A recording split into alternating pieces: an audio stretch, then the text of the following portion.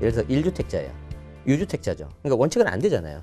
그런데 신규 이번에 조정대상 지역 지정된 곳들 있잖아요. 거기 6개월 잔금 유예 기간을 줬잖아요.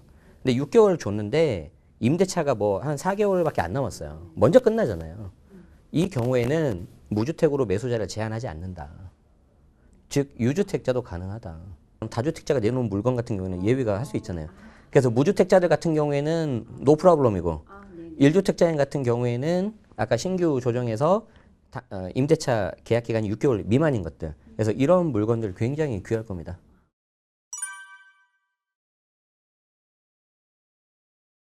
주식도 마찬가지지만 매도하고 매수 이렇게 어떻게 되냐 이게 기싸움도 좀 있잖아요. 그래서 이제 이게 어느 쪽이 더 셀지를 좀 봐야 되는데 지금 상태에서는 물론 급매라고 해서 나오고 있긴 한데 이 급매가 정말 생각하는 거는 뚝뚝 떨어지는 그런 게 아니에요. 뭐 특히 초고가 주택에서 급매가 좀 일부 나오고 있는데 문제가 뭐냐면 이 매수자 받아줄 사람이 없습니다. 대출 규제 때문에. 그래서 25억 넘어가면 2억밖에 안 나오거든요. 그래서 과연 이게 얼마나 잘 될까 이건 좀 봐야 될 것 같아요. 못 버티겠는데? 이런 사람들 분명히 나오겠죠. 그러면 그분들이 매도를 언제 할까? 내년 6월 1일 전까지만 하면 되잖아요. 그러니까 일단은 관망할 겁니다. 그래서 올해 하반기 어떻게 될지, 내년 3월 어떻게 될지. 그럼 이제 매도자들이 물건 안 내놓고 관망하겠죠. 매수자들 살 사람들은 이미 지금 다 털겠죠. 매수하겠죠. 그럼 이제 끝이잖아요. 그러니까 하반기 굉장히 조용할 거예요.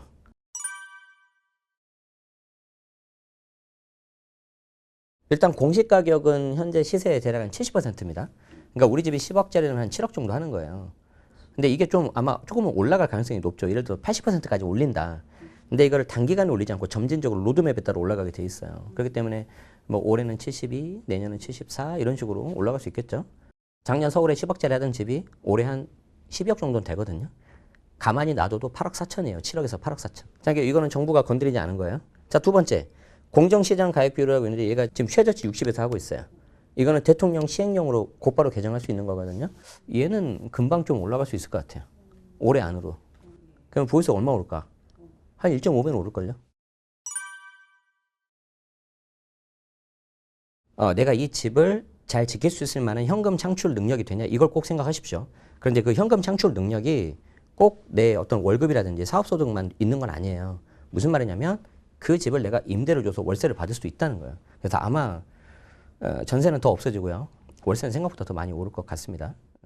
왜냐하면 사람들은 아까도 말씀드린 것처럼 그냥 자기 입장에서 합리적으로 움직여요. 합리적으로. 그러면 보유세를 어디까지 감당해야 되냐? 저는 한 1% 정도 생각하셔야 될 것 같아요. 오히려 매수 계약할 때 끝내는 거예요.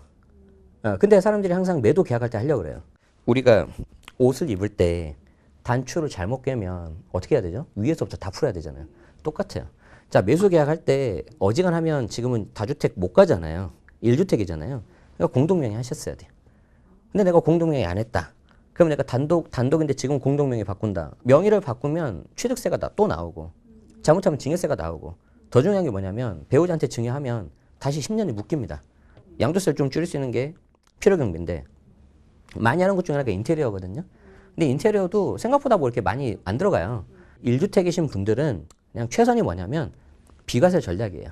이제 내가 비과세 전략을 했는데 깨지잖아요. 중과 들어가요. 그래서 꼭 여러분들이 계약서 쓰기 전에 세무사님하고 상담하셔야 되고 저는 그냥 한 3명 상담하라고 해요.